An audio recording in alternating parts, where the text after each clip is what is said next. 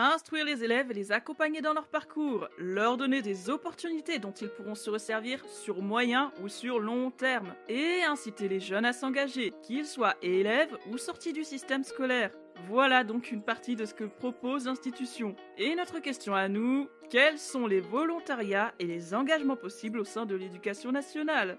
C'est sur Capsule Éducation.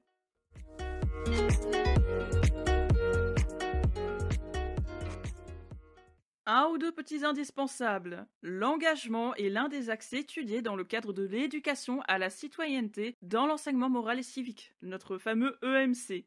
Deuxième indispensable, le service civique actuel remplace le travail d'utilité collective que nous, on a connu entre 1984 et 1990.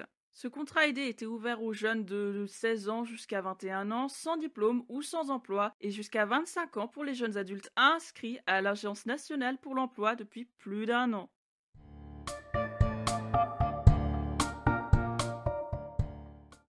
L'engagement scolaire découle en partie de la théorie d'autodétermination exposée par Édouard Deci et Richard Ryan dans les environs de 1985. Elle traite de la motivation et de ses mécanismes en s'appuyant sur les trois besoins psychologiques fondamentaux que sont le besoin d'autonomie, le besoin de compétence et le besoin de relations sociales. Qu'est-ce qui pousse un élève à s'engager dans une activité, dans un apprentissage ? La théorie explique en fait que nos élèves apprennent et comprennent plus facilement s'ils sont émotionnellement ou cognitivement engagés, c'est-à-dire s'ils peuvent se retrouver dans la matière étudiée ou dans l'activité en cours. Se sentant en accord avec le sujet, ils s'y intéressent plus naturellement. Bon, là c'est très très raccourci, peut-être qu'on s'en reparlera bien plus calmement dans un autre épisode, mais c'est déjà quelques bases. À partir de là, l'engagement scolaire consisterait à ne pas seulement transmettre des connaissances aux élèves par le biais de cours magistraux et de connaissances pures dans ce que l'on appellerait une posture passive. Proposer aux élèves de s'engager pour leur établissement les pousserait petit à petit à acquérir une certaine notion d'émancipation. Hors de la classe, ils peuvent se sentir davantage eux-mêmes, donner d'eux-mêmes et choisir dans quoi ils s'engagent, sans y être forcés par la nature des programmes du cours. Une certaine autonomie, on va dire, une certaine autonomie possible tout en restant dans un cadre défini et sécurisé. Et certes, l'élève n'obéit plus aux règles du cours, mais son engagement se rapporte à l'établissement, donc toutes les règles ne disparaissent pas quand même. On avait déjà un peu évoqué le sujet dans l'épisode 10, on se parlait du rôle du délégué de classe et de la difficulté à motiver les élèves moins enclins à s'engager au sein même de leur classe. C'est là que l'engagement scolaire prend son sens. Les élèves ont l'envie, bien sûr, la motivation et la capacité de s'engager vis-à-vis de l'école, mais pas en classe, parce qu'ils se doutent que leur marge de manœuvre reste limitée, qu'ils ne seront pas vraiment pris en compte au final. C'est pourquoi ils s'engagent plus facilement dans du volontariat, des actions citoyennes ou même revendicatrices, parce qu'ils peuvent mettre un peu d'eux-mêmes dans ces initiatives et qu'ils ne se sentent pas forcés à le faire. Maintenant, au niveau de l'engagement scolaire, comment cela pourrait-il se traduire? Qu'est-ce qui constitue un engagement scolaire? Nombreux, vraiment très nombreux, sont les établissements qui font vivre un journal de collège ou des lycées. Et ça, c'est un engagement. Les élèves se portent volontaires pour devenir rédacteurs et peuvent soit rester un temps, soit rester toute l'année, voire même rester pendant toute leur scolarité. Ça ne veut pas dire qu'il n'y a pas de règles à respecter. Ils doivent par exemple respecter les mises en page, la ligne éditoriale, les limites du sujet qu'ils ont choisi ou qu'on leur a assigné. Les règles sont là, mais quand même, ils gardent une certaine autonomie et restent libres d'écrire leur article selon leur propre style, en adoptant le ton qui leur plaît, tant que ça respecte le cadre défini. Autres engagements possibles. Bon, les web radios, les podcasts, bien sûr, les productions vidéo comme un journal télévisé, mais aussi le bureau des élèves et des étudiants, les clubs qui se forment, club manga par exemple, ou club BD, club chronique de films ou de livres, club d'échecs et de jeux de société, les projets mis en place avec les professeurs documentalistes, soit sur le midi, soit sur des temps spécifiques. Certains établissements mettent en place des systèmes de tutorat pour que les élèves s'aident entre eux, que ce soit des classes ou des niveaux différents. Ça aussi, c'est un engagement. Vis-à-vis de l'établissement, oui, mais aussi vis-à-vis de l'autre élève, ou des autres élèves selon comment s'organise le tutorat. Devenir ambassadeur non au harcèlement, médiateur. Tous ces exemples peuvent vraiment correspondre à des engagements scolaires, même s'ils ne sont pas initiés dans le cadre d'un programme pédagogique en classe. Je sais que ça se fait dans les établissements privés, je sais aussi que certains établissements publics en ont. Les aumôneries, les pastorales. Je vous parle juste d'un engagement citoyen initié par la pastorale de l'établissement. Préparer des actions pour des associations caritatives, préparer des actions bénévoles ou des interventions extérieures pour les élèves. Ça reste un engagement scolaire et même un engagement tout court. L'engagement scolaire ne s'arrête finalement pas qu'au collège et au lycée. On se parle aussi d'engagement étudiant. Une valorisation généralisée à tous les établissements d'enseignement supérieur depuis la sortie de l'article 29 de la loi Égalité et Citoyenneté et d'un décret du 10 mai 2017 relatif à la reconnaissance de l'engagement des étudiants dans la vie associative, sociale ou professionnelle. Comment peut-on valoriser un engagement étudiant? Par les unités d'enseignement attribuant des crédits ECTS, l'inscription d'un supplément au diplôme, l'octroi de bonus, bref, chacun fait un peu à sa sauce du moment que ça valorise l'engagement pris par l'étudiant pour son cursus. Ce nouveau dispositif est entré en vigueur sur la rentrée universitaire 2017-2018 et concerne les engagements pris dans le cadre d'une activité bénévole ou d'un mandat d'élu étudiant. Volontariat et mission du service civique rejoignent aussi l'histoire, absolument. Pour ces derniers, ça permet même aux étudiants de bénéficier d'aménagements pendant leur année.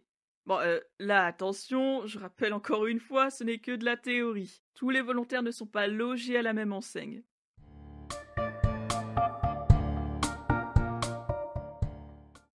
Engagement scolaire prévu pour les élèves, il y en a des masses. Mais l'éducation nationale ne s'arrête pas aux élèves. Elle pousse plus loin avec des engagements de volontaires au service de l'établissement. Lesquels? Sapeurs-pompiers volontaires, volontariat de service civique qu'il ne faut pas confondre avec le service civique. Le premier s'effectuant en lien avec la Croix-Rouge française ou l'Arche en France principalement. On a aussi le volontariat de solidarité internationale qui ressemble au volontariat de service civique, mais bien sûr là c'est à l'international, sur des missions effectuées avec des associations internationales. Le volontariat international en administration concerne les missions auprès des services de l'État français à l'étranger. Enfin, dans la même lignée, il y a le volontariat international en entreprise, pour cette fois des missions professionnelles dans une entreprise française à l'étranger.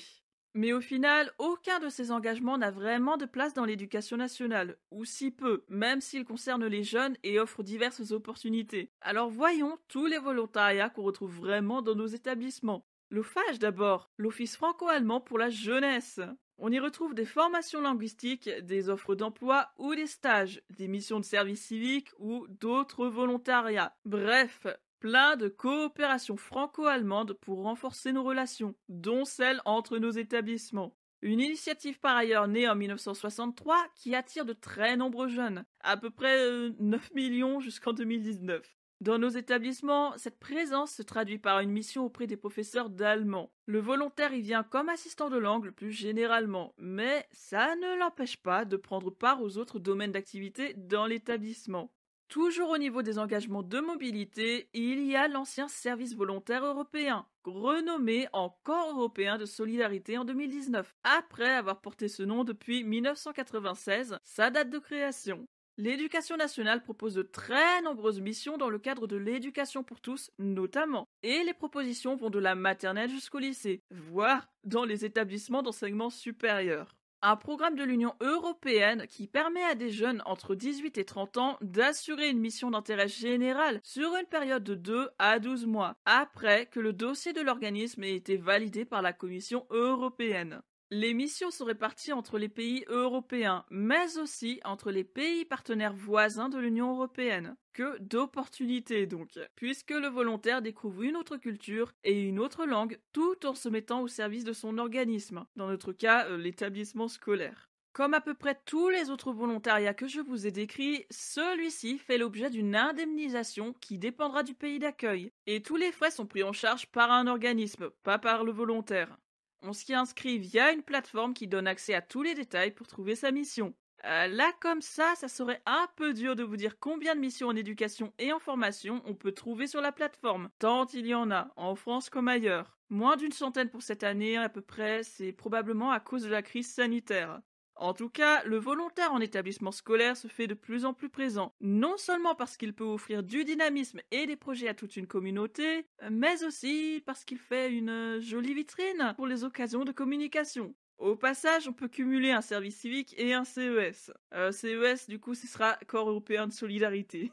30 à 38 heures pour un volontaire de CES, y compris dans les établissements scolaires, avec des missions centrées sur la découverte de l'Europe, de ses projets et de ses cultures. Bref, une ouverture internationale qui correspond bien au profil et à l'objectif de mise en avant de la mobilité. Il peut y avoir des ateliers de découverte des pays ou de langues tout court, des animations en lien soit avec la mission d'ouverture internationale, soit avec l'éducation pour tous, la citoyenneté, le développement durable, et chaque volontaire s'inscrit selon une mission précise. Mais cette mission peut s'effectuer à travers de très nombreuses activités, ou ne pas s'effectuer comme prévu.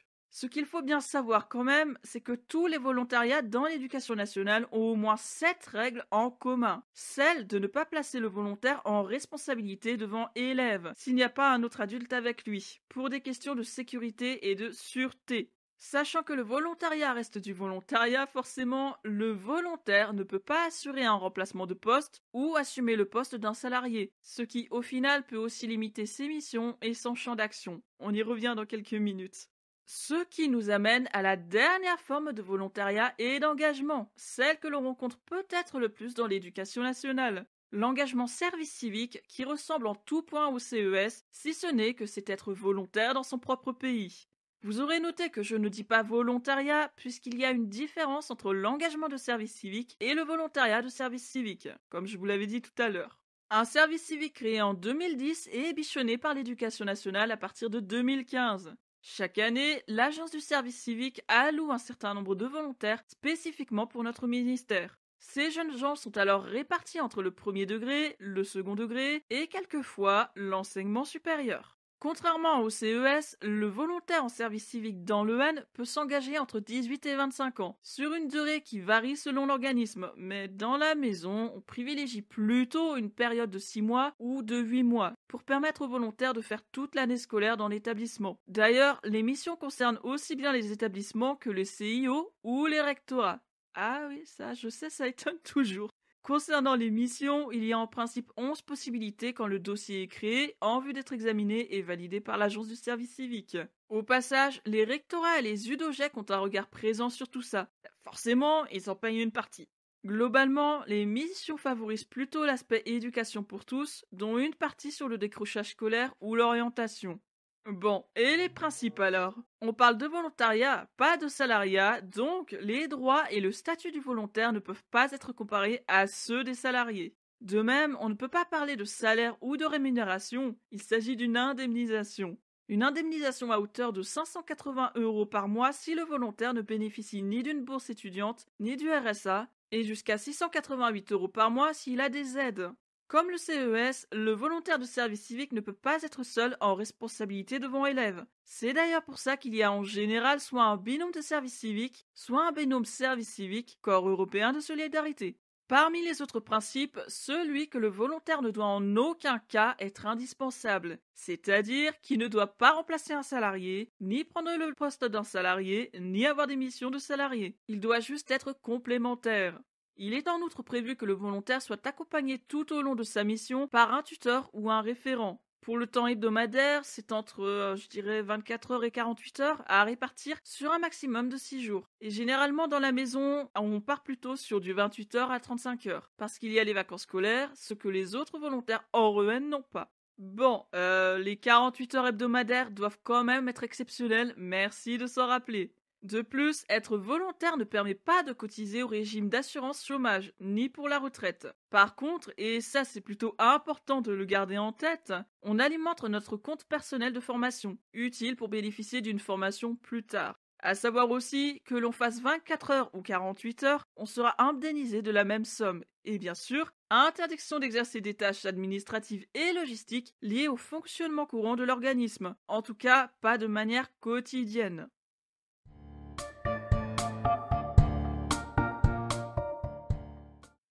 Et alors, on fait du volontariat juste pour du volontariat?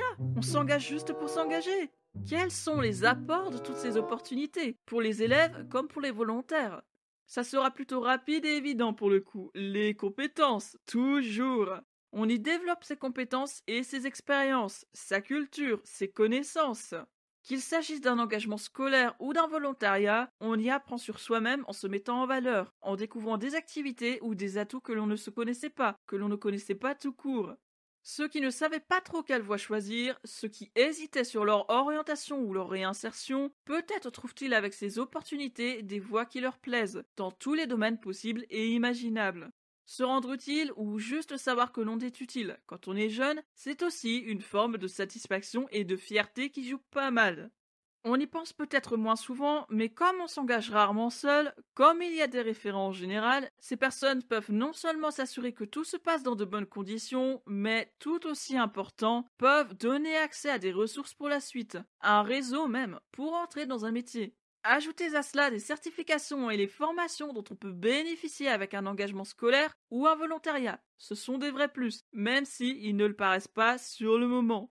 Effectivement, quand je vous dis tout ça, il devient plutôt clair que toutes ces expériences acquises pèsent sur le CV, démontrent une capacité à s'engager sur la durée et une capacité à évoluer vers d'autres expériences.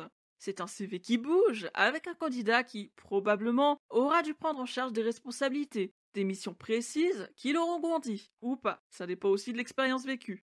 Dans une ère où il est plus difficile de prendre conscience en soi et de forger son assurance, ces opportunités permettent justement de se développer, de s'affirmer, parfois en sortant du confort, parfois en sachant rester dans ses zones, mais en y ajoutant sa personne. On apprend à y travailler en équipe, chose qui n'est pas toujours très simple sur temps de classe pour l'engagement scolaire, ou si l'on vient juste de finir ses études. Mine de rien, écouter l'autre, le prendre en compte et savoir faire des compromis, c'est pas si facile, c'est tout un apprentissage même. Et puis oui, on va le dire aussi, allez, ces expériences sont un avant-goût de ce qu'on retrouve dans le monde professionnel, peut-être moins visible dans un engagement scolaire, mais quand même très présent dans les volontariats de l'éducation nationale. J'y rajoute un petit zeste, et c'est peut-être l'un des enseignements les plus fondamentaux de toute une expérience. C'est aussi à partir d'une expérience que l'on apprend à savoir s'engager, à respecter ses engagements et surtout à tenir ses promesses, à faire preuve de rigueur, parce que la vie professionnelle est faite de responsabilités à assumer. En s'engageant sur un temps précis, en apprenant dans la pratique, ce sont aussi ces principes-là qu'on développe.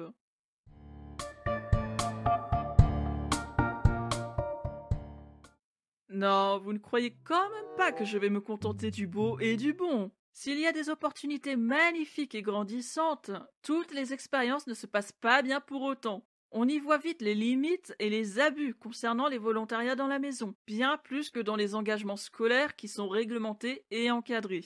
Et cette fois-ci, laissez-moi vous le rappeler. Si vous vous êtes engagé et que votre mission n'a été que du positif, c'est très bien, c'est même merveilleux, gardez-le, utilisez-le. Mais aussi, rappelez-vous que ce n'est pas le cas de tout le monde, pas de généralité basique. Frein principal qui devient très vite un abus si on tombe mal. L'indemnisation de 580 euros, soit moins que le SMIC, beaucoup moins même, pour des missions qui peuvent aller jusqu'à 48 heures hebdomadaires. Certes, on parle de volontariat. L'indemnisation est donc déjà une compensation honorable censée mettre en valeur l'engagement que le volontaire prend sur son temps.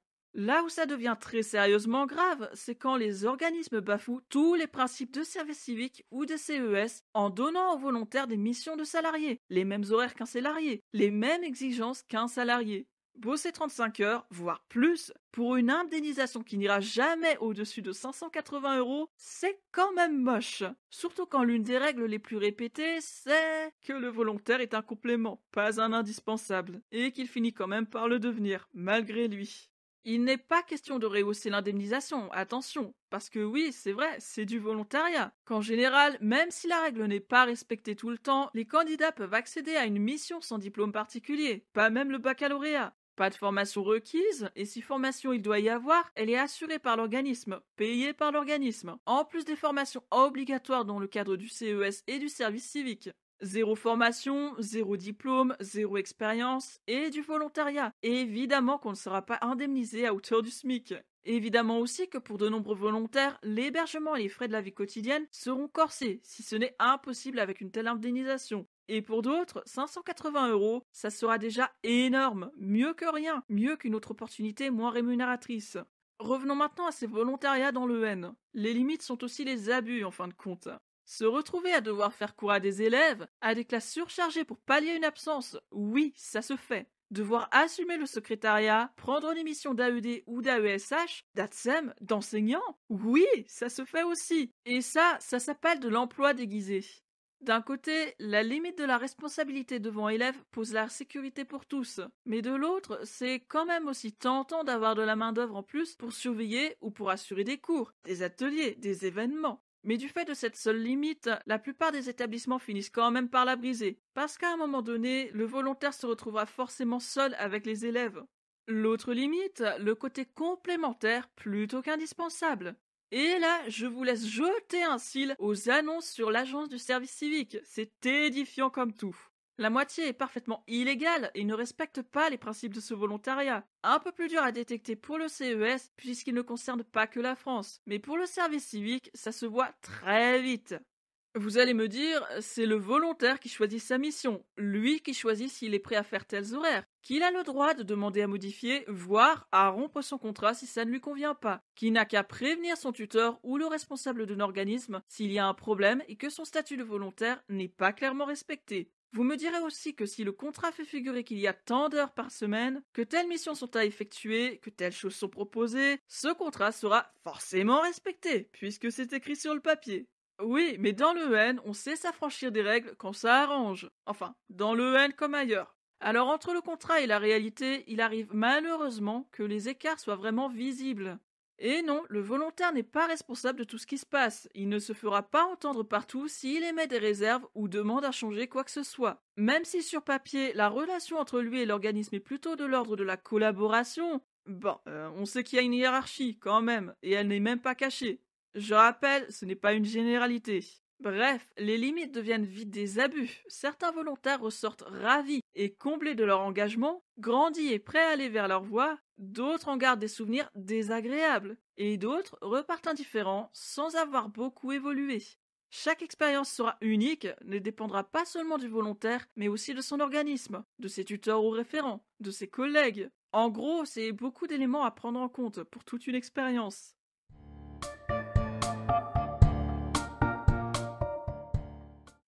On en entend parfois du bien, on en entend parfois du mal. Comment mettre en place des actions qui permettent à chacun de s'épanouir? Est-ce que ces engagements peuvent cohabiter avec le respect de l'école d'une part et celui des règles d'autre part, des règles prévues pour chaque volontariat? Dans l'absolu, je ne veux pas répondre non, parce que ces abus ne concernent probablement pas tous les établissements scolaires. La plupart respectent scrupuleusement les règles ou, en tout cas, cessent de se montrer raisonnables dans ses demandes envers ses volontaires. OFAGE comme CES ou service civique, ou d'autres formes de volontariat même. Vivre en engagement, c'est aussi apprendre le respect, mine de rien. Alors j'ose espérer que les établissements jouent leur rôle en respectant les contrats aussi, en montrant l'exemple. Au départ, ce système d'engagement était absolument enrichissant pour tous, les établissements et les organismes, comme les élèves et les personnels. Mais plus ce dispositif se généralise dans la maison, plus les témoignages affluent, des témoignages qui font état d'abus, d'attendus trop élevés. Et pour ne pas aider, même s'il y a la présence de tuteurs ou de référents, les organismes en charge de ces engagements ne contrôlent pas ce qui se passe, ne vérifient pas s'il y a des débordements. Je me demande même s'ils vérifient toutes les demandes de dossiers pour un service civique, tant je vois d'énormités illégales. Le fait d'avoir un statut peu clair, d'avoir un certain mal à pouvoir joindre les organismes en charge d'eux-mêmes, tout ça a peut-être contribué en partie à laisser les organismes d'accueil transformer ces opportunités en emplois déguisés. On embauche sans embaucher, on indemnise sans rémunérer. La broyeuse de Parcoursup et le surplus d'étudiants par rapport aux places disponibles dans les études supérieures aura notamment permis de ramener davantage de candidats, sans doute. Sans diplôme, sans travail et en attente de place, les jeunes se lancent dans un service civique en pensant s'épanouir, ou au moins gagner un peu d'argent et se préparer à la suite, agrémenter leur CV d'une expérience supplémentaire. Moins de chômage pour le gouvernement, plus d'économies pour gouvernement et organismes. Peut-il réellement y avoir des engagements respectueux à la fois des valeurs de l'école et respectueux des valeurs propres à chaque forme de volontariat? Quand on parle d'argent et d'économie, là c'est moins sûr.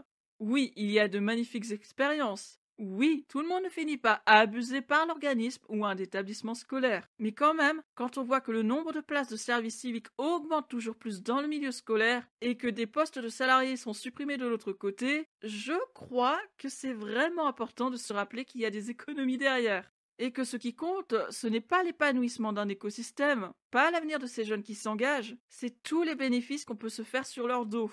Dans ces conditions, il va falloir très sérieusement songer à revoir les objectifs de ces engagements. Encore que l'engagement scolaire soit plutôt à l'abri, puisqu'il n'y a pas de rétribution pour les élèves, donc forcément pas d'enjeu économique. Mais pour les volontariats en milieu scolaire, c'est tout un fonctionnement à revoir ou à sécuriser davantage. Peut-être même redéfinir certaines limites, parce que celle de la responsabilité devant élèves empêche de belles opportunités. Mais en même temps, c'est si simple d'en abuser qu'ouvrir les voies risquerait de faire plus de mal que de bien. Les missions sont parfois tellement vagues qu'elles permettent de faire entrer n'importe quelle activité dans le contrat, à tel point que le volontaire jongle entre les différents services et n'a plus de mission dominante, de mission propre, c'est-à-dire de projet sur long terme, puisqu'on ne lui donnera que des activités sur court terme. Ce sont aussi des droits à revoir pour protéger le volontaire et l'organisme. Ce que l'on souhaite, c'est valoriser l'élève pour l'engagement scolaire et valoriser l'engagement des jeunes pour les volontariats. Mener des projets à terme dans les établissements scolaires apporte réellement du savoir-faire, du savoir tout court, des compétences. Mais ça doit aussi rester une complémentarité, pas le fruit d'un désir d'économie de poste ou d'argent. D'ailleurs, si les abus se poursuivent et que la publicité négative entache ce genre de volontariat, restera-t-il vraiment des candidats un de ces jours? D'autant qu'une nouveauté s'ajoute aux valorisations des jeunes gens avec l'annonce de M. Macron pour le contrat engagement jeune.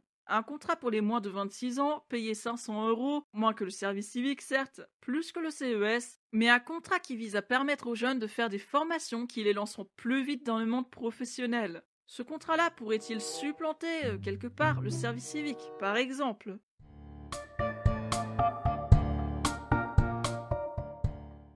Au cours de ma scolarité, j'ai pu m'engager à de très nombreuses reprises, même si à l'époque, je ne savais pas qu'on appelait ça un engagement scolaire. Journal des lycéens, BDE, éco-délégué, et oui, j'ai aussi fait un service civique.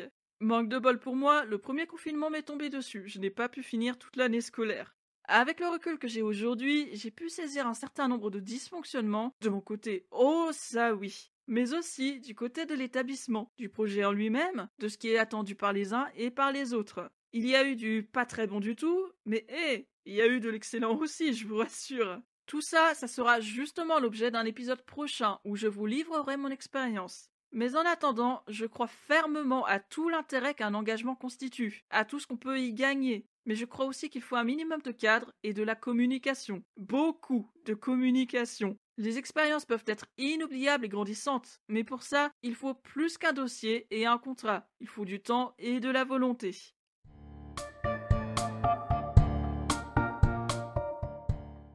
Engagement scolaire ou engagement étudiant à valoriser dans les cursus et dans la formation humaine, mais aussi autres formes d'engagement et de volontariat accessibles au sein de l'éducation nationale. Malheureusement, la courbe de suppression de postes se marine très bien avec le nombre de créations de services civiques ou de CES. Tant bien qu'on est en droit de se demander si l'objectif est bien de valoriser les participants ou de faire des économies. Alors, tous ces engagements sont-ils plutôt le fruit d'une communication et juste un plus pour le CV? Allez, vendredi prochain sur Capsule Éducation, même horaire, même endroit. Parce que oui, pourquoi pas le vendredi après tout? Razed, AESH, ATSEM, enseignants spécialisés et disparition à signaler. L'inclusion scolaire dans le premier degré, tout simplement. Portez-vous bien et ne baissez pas les bras.